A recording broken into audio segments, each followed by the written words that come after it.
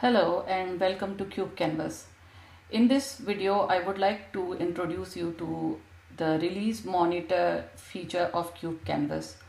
So if you are a developer or a platform engineer who deploy the application to Kubernetes on day-to-day basis, you have most probably come across this situation when you deploy something and you have to immediately look into maybe your monitoring tool, or you jump into your terminal immediately and try to find out the status of the deployed workloads. Usually you are interested in your workloads, you want to see if your pods are healthy, after deployment everything is normal, or if something is in an error state, you try to figure that out.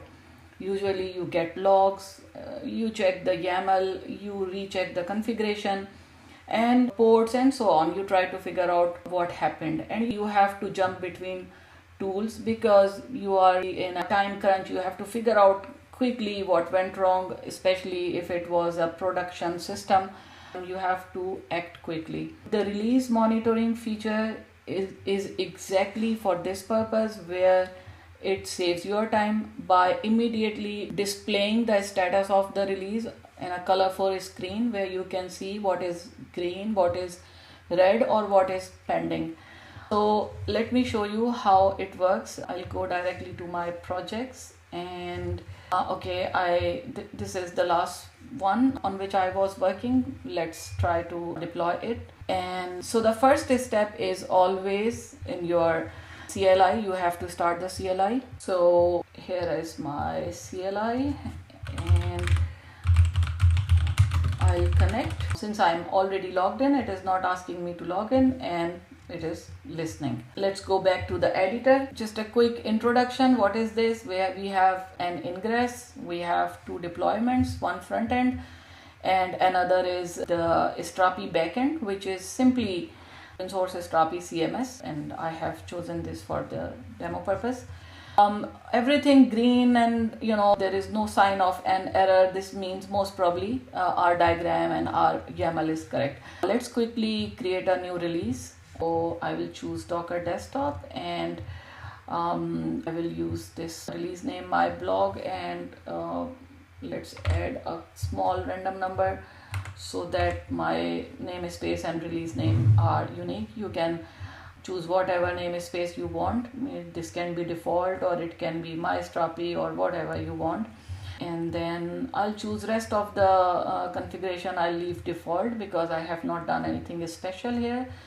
I'm creating release, and so it's basically now in the installing state. I need to wait for a couple of seconds. Okay.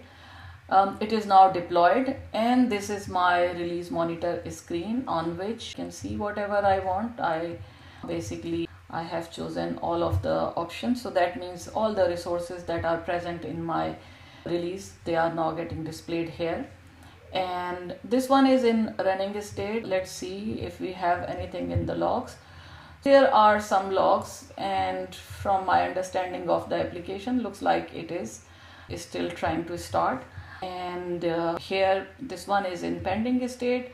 I need to describe it or check the YAML to find out what is happening, and I can see that error image pull is present in this text. That means most probably there is something wrong with the image, and I can also see login denied. So now I have a clue where I need to take a look.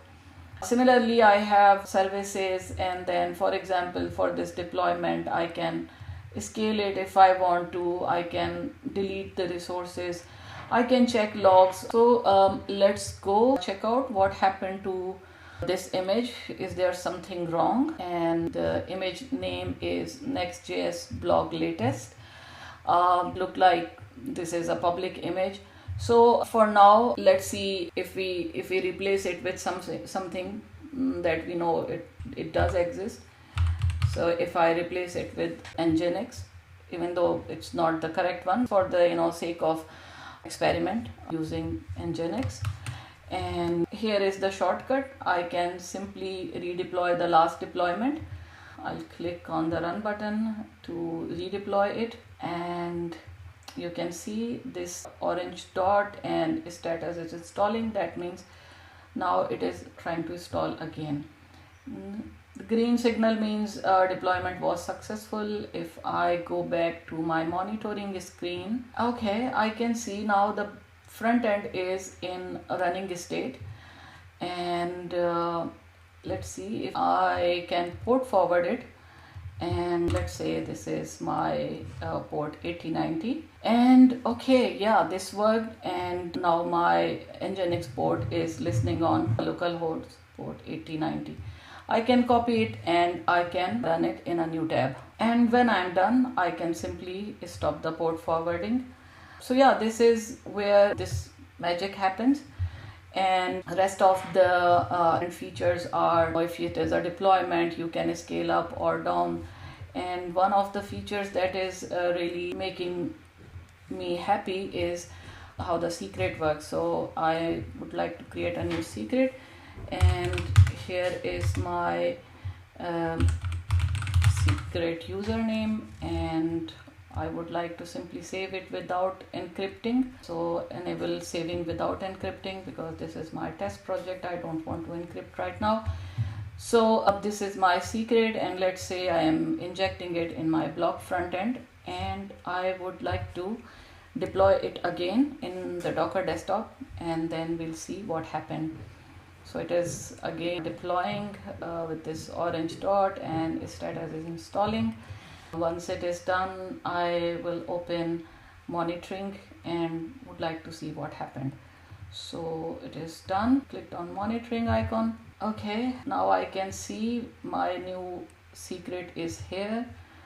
If I get YAML, you can see it created the user, and I can decode and I can see what was the original value.